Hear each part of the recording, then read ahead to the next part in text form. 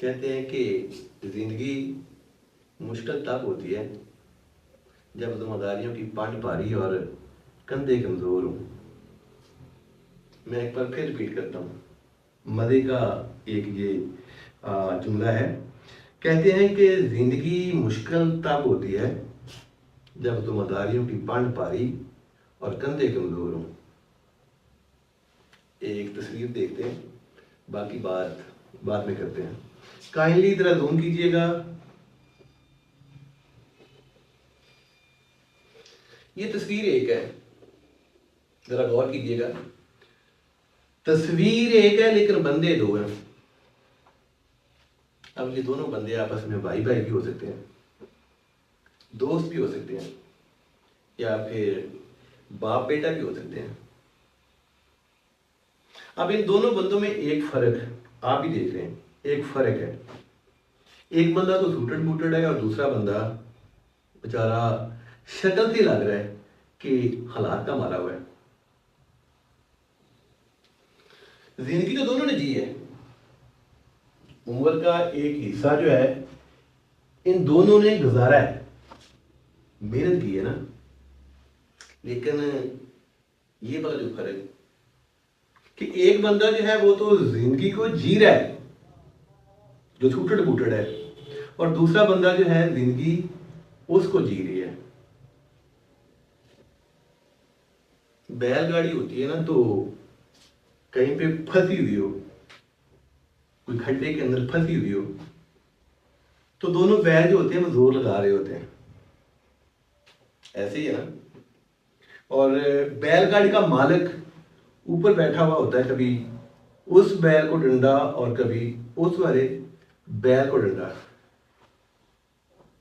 तो क्या बैलगाड़ी जो है वो सारी उम्र जिस खड्डे में फंसी हुई है उसको वहां पे फंसा रहना चाहिए? यकीनन जवाब कि नहीं। इसी तरह जिंदगी जो है ये भी एक खड्डे के अंदर फंसी हुई है, इस बंदे की तरह। तो क्या जिंदगी को सारी उम्र इसी खड्डे में फंसे रहना चाहिए? तो तब भी जवाब आएगा कि नहीं। अगर जवाब जो है वो नहीं है, खड्डे में हमने जिंदगी को फंसे रहने नहीं देना, जिंदगी को इस खड्डे से निकालना है, तो फिर हमें ऐसा क्या करना चाहिए कि ये जिंदगी इस खड्डे से निकल सके, इस बंदे के जैसी हो जाए कि हम लोग जैसा चाहें या जैसा सोचें या जैसी हमारी ख्वाहिश है वैसा हम कर पाए। तो फिर हमें क्या करना चाहिए? जिंदगी जो है इसका भी एक असूल है कि जिंदगी भी उसको देती है जिसको जिंदगी से लेने का हुनर आता है। हम लोग कहते हैं कि पैसा जो होता है वो पैसे को खींचता है। मतलब कि जब हम पैसे को इन्वेस्ट करते हैं तो और ज्यादा पैसा आने के चांसेस होते हैं। ताकत जो होती है वो ताकत को खींचती है। एक ताकतवर बंदा जो होता है वो बैठा होता है तो उसके इर्द गिर्द एक हजूम होता है, और एक मातड़ बेचारा अकेला ही बैठा होता है। मतलब सादा था कि कोई भी टाइप की इन्वेस्टमेंट ज़ाया नहीं होती, और ज़्यादा उसमें इजाफा होने के 100% चांसेस होते हैं। लेकिन ऐसी इन्वेस्टमेंट जो किसी काम पे की जाए, बिजनेस पे की जाए, किसी चीज पे की जाए, उसके अंदर एक रिस्क होता है। गिर सकती है, लॉस हो सकता है। लेकिन एक खास किस्म की इन्वेस्टमेंट जो अपनी जात के ऊपर की जाए, 1% भी इसमें रिस्क नहीं होता।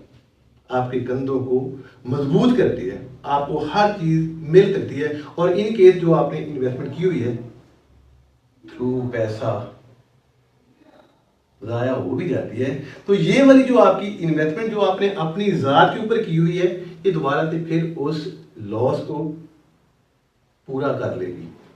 अगर इन केस ये वाली जो इन्वेस्टमेंट है जो आपने की ही नहीं है, इसकी कमी है, तो फिर आप बिल्कुल इस बंदे के जैसे जिंदगी आपको जिएगी, आप जिंदगी को नहीं जिएंगे।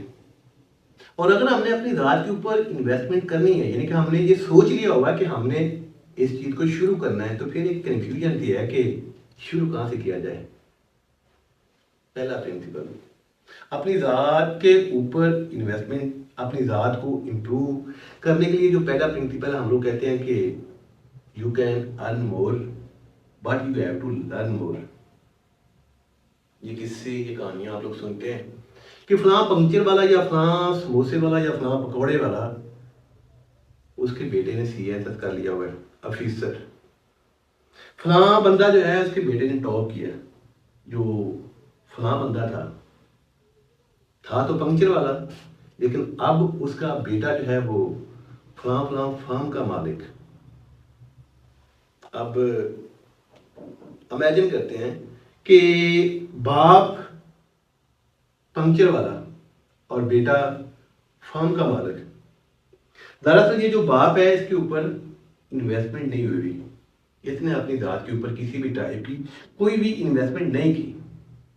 बस इसने एक काम किया कि अपने बच्चे की ज़ात के ऊपर इन्वेस्टमेंट की, उसको पढ़ाया, उसको रखाया, उसको इल्म दिया, और उस इल्म की वजह से आज वो इस वाली पोस्ट के ऊपर, उसके पास जो स्टेटस, इसकी इन्वेस्टमेंट की वजह से।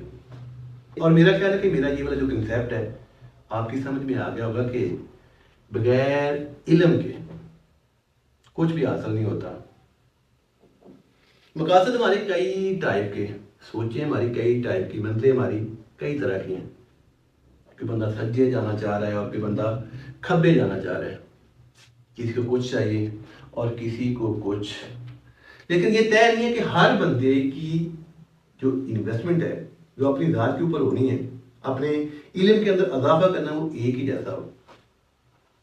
अपनी मंजिल के हिसाब से, अपने मकसद के हिसाब से, जो चीज़ आपको चाहिए उसको लेने के हिसाब से जितना हो सके उसके बारे में जानें। और जो लोग उसको कर चुके हुए हैं या उस सफ़र से गुजर चुके हुए हैं, उनके साथ ताल्लुक बढ़ाएं। जैसे जैसे आपके इल्म में इजाफा होगा, उससे मुतल्लिक जो आपका मकसद है, जो आपका सफ़र है, वैसे वैसे आपकी जो मंजिल है, जो आपका मकसद है, वो आसान होता जाएगा।